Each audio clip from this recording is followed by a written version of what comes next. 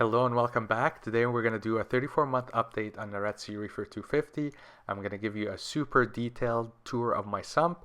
I'm going to ask your opinion about minor aquascape, share my plans of adding a new fish, and I'm going to end up with a fancy top-down tour.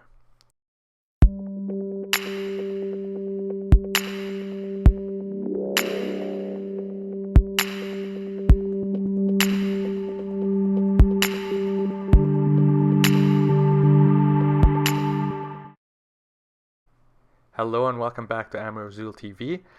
We're gonna do a 34-month update, and I'll start with a quick parameter check. So alkalinity is 9.3. Magnesium is still above 1500. Calcium is about 440 ppms. Nitrates are 10 parts per million. My phosphates have actually been declining. They've been running at 0.16 parts per million, but over the last 2 weeks they dropped to 0.06 to 0.04. So I'm actually dosing phosphates to kind of compensate for this.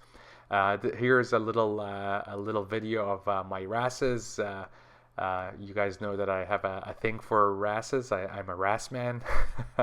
And I actually so I added 2 new wrasses last month, the pintail wrasse and Carpenter flasher wrasse, and I saw in my LFS an 8-line flasher wrasse, which I tried before, but it got velvet in the QT and died.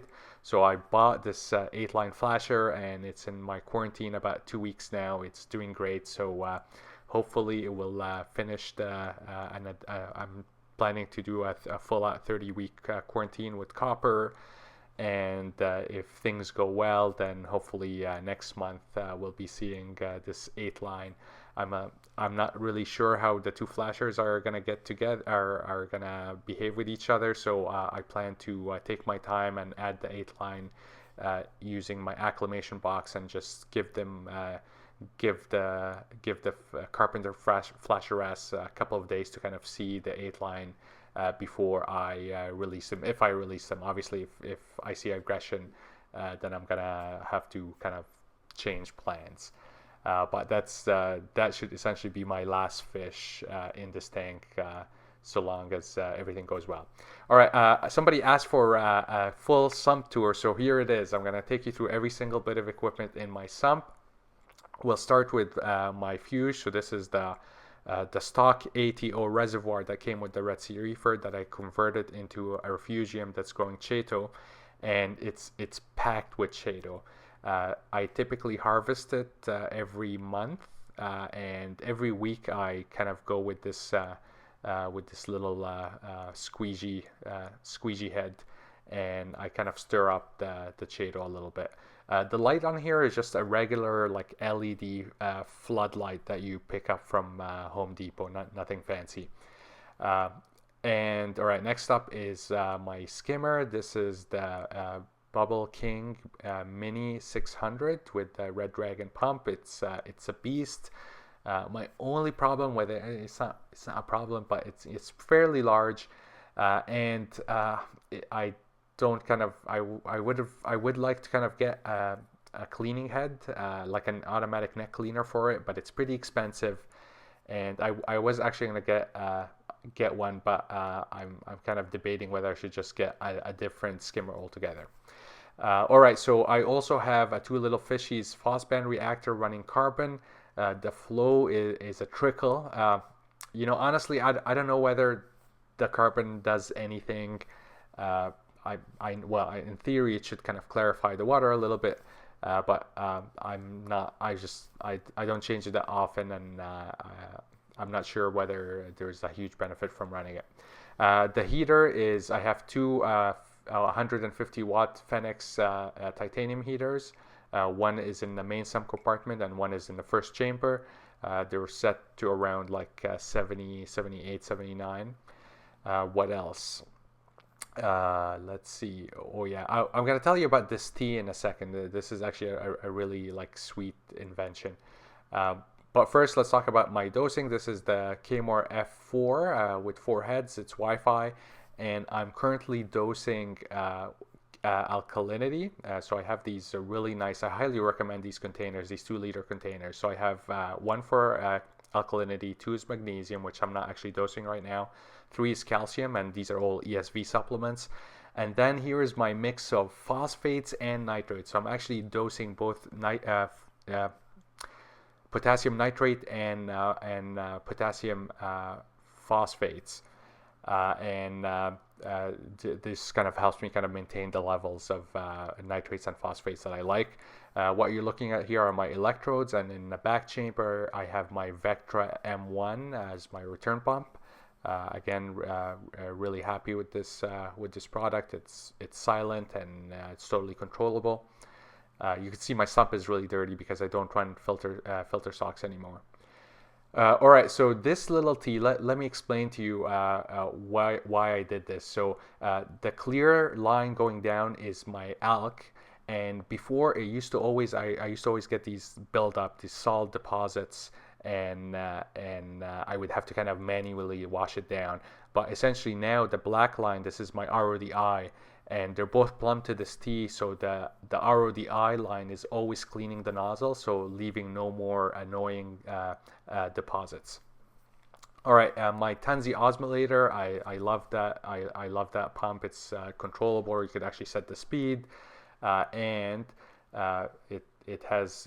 I'm just going to show you maneuver here. It's a tight fit, but it's got both a float valve and an optical sensor, and I like that when the water levels kind of go out of whack, that it alarms. It gives me this audible alarm, and I know that there's something wrong that I need to fix. All right, I have an Apex breakout box, and right now it's controlling, or it's receiving information from 2 float switches. One is in my skimmer, so if anything happens and the skimmer overflows, then it shuts off the skimmer, and the other one is on my fuge, so if the water level got too high, it will actually turn off my return pump and alert me. I have the Apex FMM module, and I'm actually using it to run 4 things. 2 of them are the optical sensors. This is my low-level water sensor in the sump, so if the water level goes down, this sensor will pick it up. And here's my high-level water sensor, so if the water level gets too high, then I pick it up. There's 2 float switches in the K-More dosing pumps that could plug directly into the FMM module, which is great. I have the solenoid valve, and that's important for as a siphon brake for my automatic water changes. I have the WXM module for controlling my my Ecotech equipment using my Radions and MP10s using the Apex. Here's my gyre controller, and here are the controllers for the M1 and my 2 MP10s. So it's a little bit busy in there, but it's fairly functional. And then I have this Ecotech battery backup, but I have plans to replace this with Reef Dudes has a couple of videos on using a car battery to actually act as a battery backup for your sump. So I'm planning to implement that system. And before we get to the top-down tour, I actually want to get your opinion on something. So I found this interesting bit of rock at my local fish store. It's a carob sea dry rock, and it fits perfectly between the right boulder and the main boulder here. And if I add it to my display, then it will give me space for 3, perhaps 4 SPS frags that I could add to the tank. And you guys know how much I love my SPS frags. So let me know what you think. Do you think it will look cool having this archway? Do you think maybe it detracts from the serenity of the 3 boulders? Let me know what you think right in the comments, whether I should add this or keep the aquascape as is. I just put it in the tank to see how it looks, but right now it's kind of sitting in a bath of salt water curing. So I'm gonna wait your response for this one. All right, time for the top-down tour. And I get asked questions a lot about why I don't have the diffusers on and whether I stopped using it. But actually, I'm still using them all the time, except when I'm doing top-down video, because I just like the visuals a little bit better. But they're essentially on 24/7 when I'm not shooting. All right, the top-down tour will start with Tenuous, the Acropora Tenuous. I actually shifted this rock a little bit, move it it was closer to the main boulder, and so I moved it up to get a little bit more light. And I really like this colony. It's, you know, it's a simple colony. It doesn't have like kind of crazy colors or anything, but uh, it it's always showing some really good polyp extension, and it's just got a really interesting shape. The Aurora Birds of Paradise, I actually hacked my entire colony, and I kept one little frag here. It was just getting a little bit too big. The Christmas Montipora is doing great, and blueberry wine acro is just fantastic. Again, I keep fragging this colony because I don't want it to take over the top shelf and crowd the red planet. But it's a beautiful colony. The red planet is finally starting to branch. So I mean, it's been encrusting for 3 years now. And finally it's starting to actually like branch out a little bit more. So I'm happy for that latest development. And then the pink lemonade is coloring up really nicely. You're actually seeing the green, the yellow, and the pink tips, which is exactly what this colony should look like. So I'm happy for that. The beast, pink Cadillac. I think this colony is just looking fantastic. Look at the purple, the blue polyps, the purple tips, the green base, and the white growth tips. I think it's looking fantastic. It's also getting to be a bit of a monster. So I'm gonna have to start actively fragging it. I think maybe I cut 2 frags of this colony during its entire life, but I think I'm gonna have to be a little bit more aggressive with keeping its size down. The Cali Tort is expanding both upwards and sideways, and the colors are just so vibrant. The Bonsai, Bonsai again. I love the progression of the white base, the really like deep purple tips, and the neon green polyps. Very unique color combination. And where else are we gonna go from here? I think we're gonna shift downwards. Yeah, so this is the Pac-Man. Again, fantastic colony. Does really well on the bottom.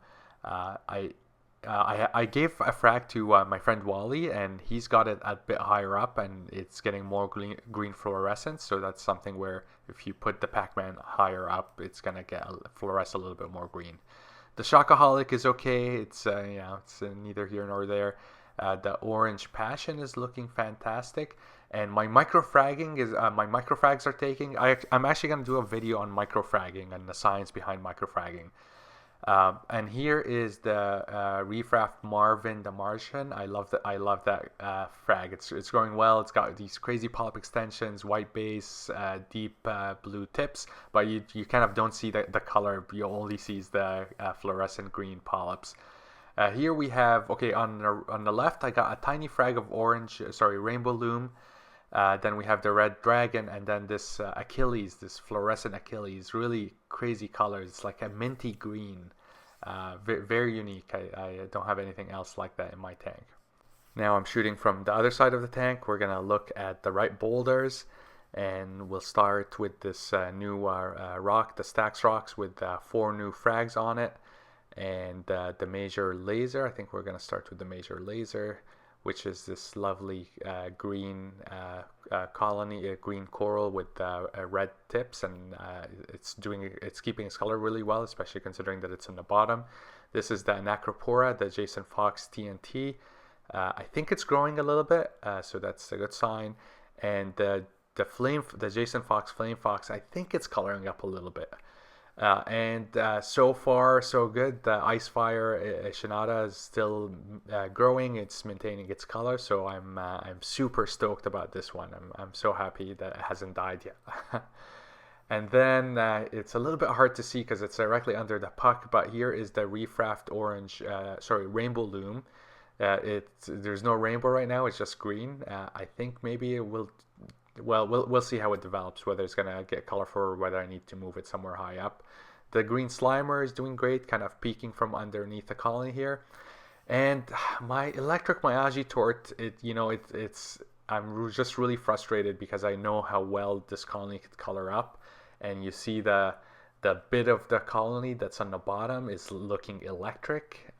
So this little bit, it's looking amazing, and then the main colony is just kind of looking blah. So yeah, here's the bit of the colony that's on the bottom that's looking electric. That's how the whole colony used to look. So I don't know. I don't know. Sometimes I think about maybe I should just get rid of this entire colony and let this tiny little frag grow out again. But I think I'm just gonna keep it. You know, it's still kind of an interesting shape. And here's like a little pic at of my what is that called? Jack-o'-lantern. Lovely little Leptoceras.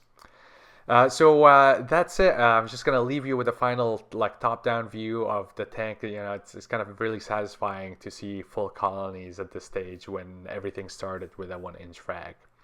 So that's it, guys. Thank you so much for watching. Please comment, and if you haven't already done so, please do subscribe. All right, see you next video.